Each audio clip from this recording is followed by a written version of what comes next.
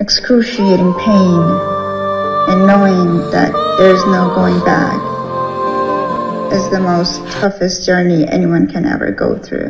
I went through that moment, and I wouldn't wish that upon anyone. No one should ever go through this. We all have our loved ones.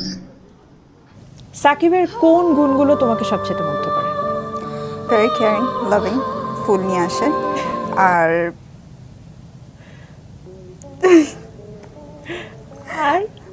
আর অনেক ভালোবাসে অনেক। এবার 3 সন্তানকে নিয়ে সাকিব আল হাসানের ঘর ছেড়েছেন তার স্ত্রী শিশির। সাকিব আল হাসানের সাথে সম্পর্ক ছিন্ন করতে চান তার স্ত্রী শিশির। সোশ্যাল মাধ্যমে সাকিব আল হাসান ও নাফিসা কামালের ভিডিও ছড়িয়ে পড়লে সাকিবের ঘর ছাড়ার সিদ্ধান্ত নিয়েছেন শিশির। ইতিমধ্যেই সাকিব আল হাসানের সাথে তার অসংখ্য ছবি ও ভিডিও তিনি ডিলিট করে দিয়েছেন। সোশ্যাল মাধ্যমেও সাকিব আল হাসানকে আনফলো করে দিয়েছেন শিশির, আবার শিশিরকেও আনফলো করে দিয়েছেন সাকিব আল হাসান।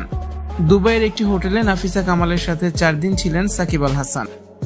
শুধু তাই নয়, বাংলাদেশের প্যান প্যাসিফিক সোনারগাঁওতেও অসংখ্যবার নাফিসা কামালের সাথে থেকেছেন সাকিব আল হাসান, একসাথে রুম বুক করেছেন।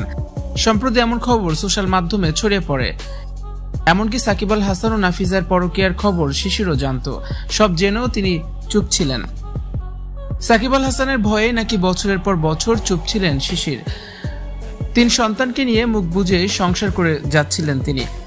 সাকিব আল হাসান খেলার মাঠে ব্যাট বয় হিসেবেই পরিচিত, তবে এবার বাস্তব জীবনেও ব্যাট বয়ের তকমা পেয়েছেন তিনি। ঘরে সুন্দর স্ত্রী রেখে কিভাবে পরকীয়া করেন নাফিসা কামালের মতো একজন বয়স্ক নারীর সাথে, এমন প্রশ্নই উঠছে সোশ্যাল মাধ্যম জুড়ে।